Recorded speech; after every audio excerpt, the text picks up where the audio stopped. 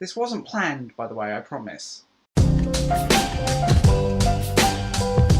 Kind of a big book haul. So, first book I want to talk about is The Girls. Now, I read this before. I really enjoyed this book, but I maybe wasn't in the right mood. I found it, just a lot was going on and I couldn't sit down. It was in the charity shop.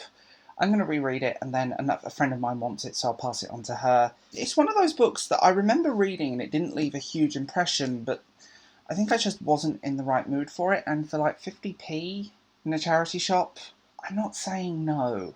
Funny story, I got a paperback of The Nowhere Man, part of the Orphan X series, that my friend borrowed and her dog destroyed. She was on her worldly travels. She found this, the hardback. I don't know if I'm going to keep this book, because it's a hardback. You know, these are kind of books I read once, but I love the Orphan X series, and they're books that I always return to. They're a bit of a guilty pleasure, and I do love them. They're very well written. If you like Born or something like that, you'll love this. This is not for me. This is a gift for a friend. By the time you see this, she's already got it. Talking as fast as I can. If you are a fan of the Gilmore Girls, my light is awful today. Do check this out. It's a fascinating biography. I've read it before on my Kindle. She is interesting. She's led a very interesting and very unique life that is hilarious in parts and sometimes a little tragic, and just fascinating woman, full stop. So this was sent to me by a AuthorTube friend, RK Gold.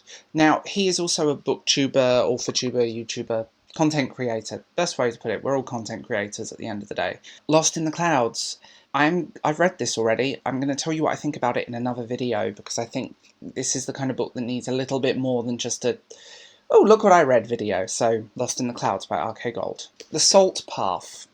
Now, this is a book that has always been on my radar. I kept seeing it in Waterstones. I had to pick it up when I saw it on sale. I've read this by now. I'm going to talk about this in another video, but I will say this is absolutely heartbreaking in parts, and really shows the strength of the human spirit, which is nice to see. The classic, Brave New World. This cover is awful in this light.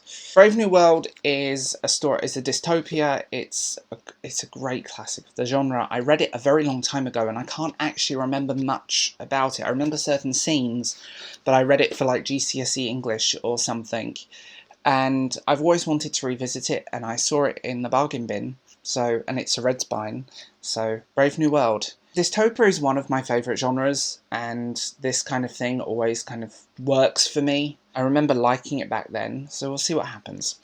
The Boy in the Striped Pyjamas. This is a book I'm going to pass on. This is a book that I will be reading for my book club, but I am passing it on when I've finished because I know someone else that wants to read it. This is a children's book, but it's a beautiful book. I've read it about 5-6 years ago. The film is heartbreaking, the book is heartbreaking, and it deals with one of the greatest travesties in human history, the Holocaust. So, The Boy in the Striped Pyjamas. I was sent soon by the publisher. Titan and me have an amazing relationship, and I love the books that they do. This looks really good. Dark, thriller type thing, and when you get write-ups from people like Mark Morris, you know you're in the right place, right? So, soon. If you've been with me since the beginning, you guys will know my love of Adrian Mole and Sue Townsend. My library had a book sale. They were £1 each. So first things first, Sue Townsend's Queen Camilla. Sue Townsend's Adrian Mole and the Weapons of Mass Destruction. Sue Townsend's The Woman That Went to Bed for a Year. Sue Townsend's Adrian Mole, The Cappuccino Years. I have basically read everything this woman has written. I'm very fortunate to see the Adrian Mole musical a few years ago. I mean, I couldn't turn them down. They're £1 each. £1. Like, because I've got my Adrian Moles and my Sue Townsends are a mix of these ancient falling aback little hard paperback things, and some really random ones that I've accumulated over the years. So it'll be nice. She's one of the few writers I do want in hardback on my shelf, because I adore Sue Townsend. And I have to admit, when Sue Townsend died, I always felt like Adrian Mole kind of died.